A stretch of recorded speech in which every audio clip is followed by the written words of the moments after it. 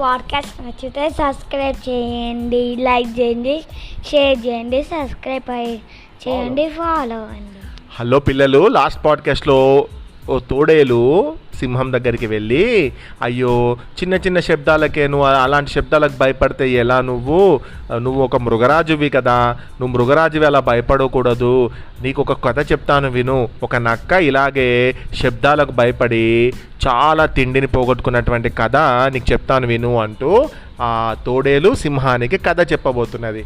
ఏంటా కథ అంటే, అనగనగా ఒక అడవిలో ఒక నక్క ఉండేది. అది గత కొన్ని రోజుల నుండి ఆహారం దొరకక ఆ అడవంతా తిరిగి చివరకు ఒక యుద్ధం జరిగినటువంటి ఒక ప్లేస్కి వెళ్ళింది. అక్కడ దానికి ఎలిఫెంట్స్, తర్వాత హార్సెస్, తర్వాత చాలామంది మనుషులు చనిపోయి పడిపోయి ఉన్న అంతా గమనించింది. భూమి నిండా పడి ఉన్నాయి. వాటిని చూసి నక్క ఎంతో సంతోషించింది.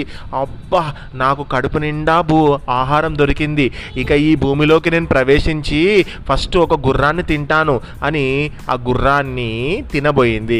ఇంతలోనే దానికి ఆ యుద్ధ భూమిలో ఒక చెట్టు కింద ఒక పెద్ద డప్పు ఉంది. నగర అంటారు దాన్ని. గాలికి ఆ చెట్టు కొమ్మ విరిగి ఆ డప్పు మీద పెద్దగా పడుతూ పెద్ద సౌండ్ వచ్చింది. వెంటనే ఆ సౌండ్కి భయపడిపోయి తోక ముడవబోతూ కొద్ది దూరం పోయిన తర్వాత ఆ శబ్దం ఎక్కడి నుంచి వచ్చింది అని పరీక్షించి గమనించి చెట్టు కింద ఉన్నటువంటి ఆ పెద్ద డప్పు నగరాను చూసింది.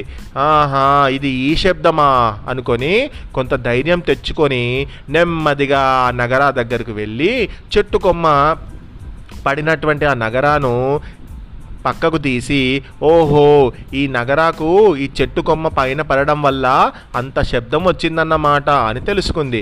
అయ్యో, నేను ఎంత పిరికిదానిని, ఈ శబ్దానికే నేను భయపడి అవతలికి పోదామనుకున్నాను.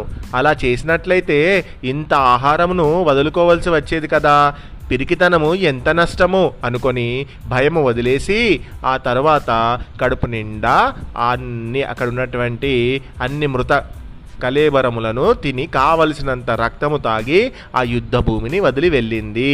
ఇక్కడ నక్క ఆ శబ్దానికి భయపడిపోయి ఉంటే దానికి తిండి దొరికేది కాదు కదా మహాప్రభు.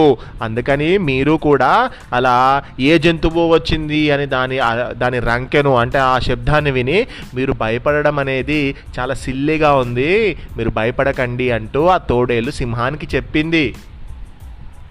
చెప్పేసరికి ఏం చేసింది, రాజా విన్నారుగా, నక్క నగరా కదా, అందుకని మీరు ఆ శబ్దం చేసిన జంతువుని గురించి ఆలోచించకండి.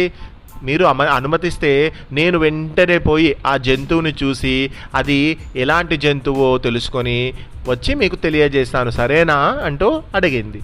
సరే అంది ఆ సింహం. దమనకుడు రంకె వచ్చిన దిశకు వెతుక్కుంటూ వెళ్ళగా అతడికి సంజీవకము కనిపించింది.